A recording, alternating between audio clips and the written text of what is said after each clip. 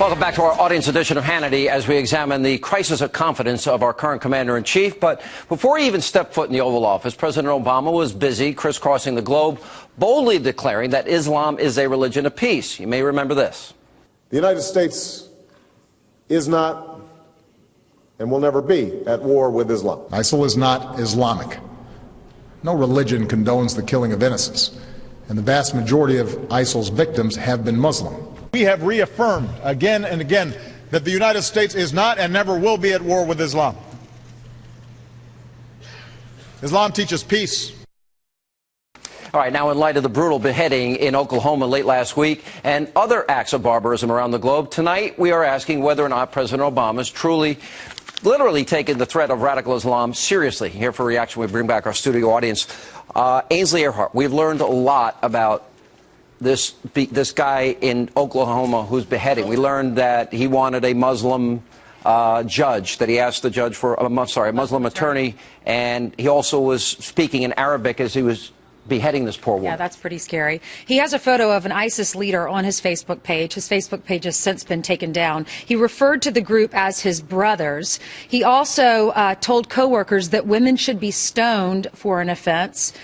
He also went to the same mosque as a 9/11 conspirator, and inside that mosque, behind closed doors, quote, they taught the true teachings of Islam, which include the choice to non-Muslims that you must convert, live under Islamic rule, or be fought against, jihad for the sake of Allah.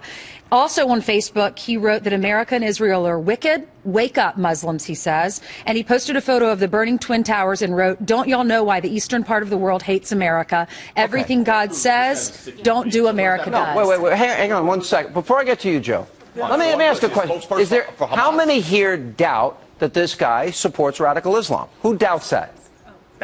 Who doubts it? I don't think he even understands. This is a moron. I think he clearly understands. This is a criminal. Oh, come on, George. I read the Quran. I bet you he hasn't even read the Quran. How is he any different than people fighting? I don't know. How's he any different from a lunatic with a neo-Nazi website? ISIS. These are people motivated. How about someone who thinks they're Nazi extremists that want to kill Jews? He's a criminal, and using the Quran and using Islam is opportunistic. And what we're not talking about, is listen to what Ainsley just said. Ainsley just gave you facts about what this guy's position is. That he's crazy. That he's crazy. This is not an indictment. This is not an indictment on the religion. Let me slow you all down a second. We're not talking based on what Tacopina is saying here, my friend Joe, that means, hang on, that would mean that every radical Islamist, you could just say is crazy, not a terrorist. No. Well, that's what you're saying. No, anyone who's going to use the Quran or any other religious artifact to commit crimes of violence is someone who is a criminal and someone who is not. But do you think this individual who was a violent criminal before he converted, who was a Christian American, who was a Christian committing acts of violence? Joe, you got non-criminals in America and England going over to the ISIS for religion. That's what they're doing. When he committed acts of violence before, though, that put him in jail, he was a Christian. Joe, they're not criminals, these kids that are running over there. They have no criminal records, and they're joining up with ISIS for the religion, Joe. That is different than a creed. Hang on, Sean, between Joe and myself, we have, 30 years of being criminal defense attorneys. I've been a criminal defense attorney for almost 10 years. And this is a person, let me finish. Let me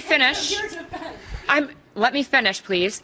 I'm not defending him. I'm not defending ISIS and their behaviors and the barbaric acts of certain people who are part of that group. However, this is a man who is a crazy person who will probably go and say that he's insane and ask for an evaluation by the court. Just because he's saying he's a Muslim does not mean he's a Muslim. What I heard from Ainsley is a sympathizing radical Islamist, and we could say the same thing about every group and every member of the group based on what these two are saying. Well, you certainly could. I mean, what was 9/11? Air rage? I mean, based on the arguments we're hearing tonight, that's exactly what we're hearing.